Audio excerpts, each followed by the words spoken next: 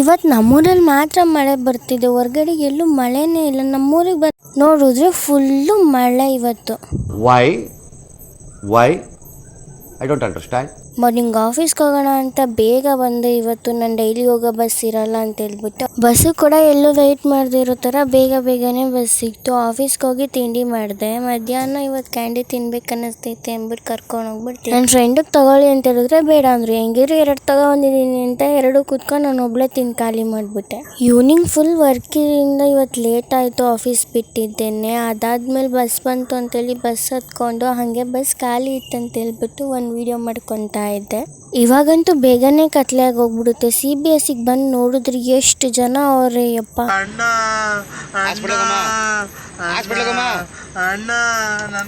2 bus ಬಂದಷ್ಟೇ ಬರೋ ಜನ ಎಲ್ಲ ಫುಲ್ ಖಾಲಿನೇ ಆಗಿ ಹೋಗ್ಬಿಟ್ರು. ಅದಾದ್ಮೇಲೆ ಈ ಬೇಕ್ರಿ ನೋಡ್ತಿದ್ರೆ ನಾನು ಬೇರೆ ಡಯಟಲ್ಲಿದ್ದೀನಿ. ಪಾಪ ಅಲ್ಲ. ಆಮೇಲೆ ಬಸ್ ಅಂತೂ ಸಿಕ್ತು. ಇವತ್ತು ಹೊಸಬ್ರು ಬಂದಿದ್ರು ಡ್ರೈವರು. ಅವ್ರು ಬಸ್ ಓಡಿಸ್ತಿದ್ದ ಆ ರೀತಿನ ಅಥವಾ ಬಸ್ ಆಡ್ತಿರೋದು ಹಂಗಂತ ನಂಗಂತೂ ಗೊತ್ತಾಗಿಲ್ಲ. ಸಿಕ್ಕಾಬಟ್ಟೆ ಹೆಂಗೋ ಬಂದ್ಬಿಟ್ರು ಅವರಂತೂ. ಹೊಸ ಬೆಳಕು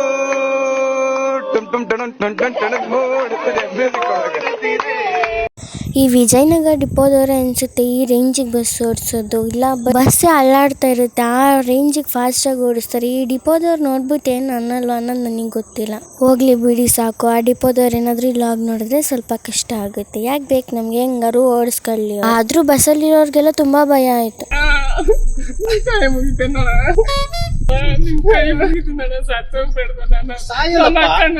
ಡ್ರೈವರ್ ಅವ್ರಿಗೆ ಗೊತ್ತಿಲ್ಲದೆ ಅವ್ರ ವಿಡಿಯೋ ಮಾಡ್ಬಿಟ್ಟು ನಾನು ಲಾಗಲ್ಲಿ ಹಾಕಂತ ಇದ್ದೀನಿ. ಹಿಂಗೆ ನಮ್ಮ ಟ್ಯಾಲೆಂಟು.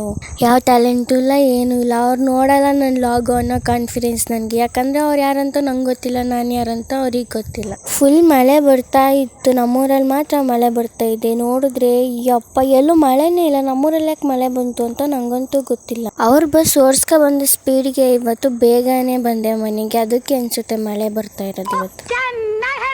ಹಂಗೆ ಒಂದು ಮನೆ ಒಳಗೆ ಹೋಗ್ಬಿಟ್ಟು ವಿಡಿಯೋ ಮಾಡ್ಕೊಂಡೆ. ತುಂಬ ಕ್ಯೂಟಾಗಿ ಕಾಣಿಸ್ತಿದ್ದೀನಿ ಅಂತಾರೆ, ಚೆನ್ನಾಗೇ ಇಲ್ಲ. ಮತ್ತೆ ಭೇಟಿಯಾಗೋಣ. ನಮಸ್ಕಾರ.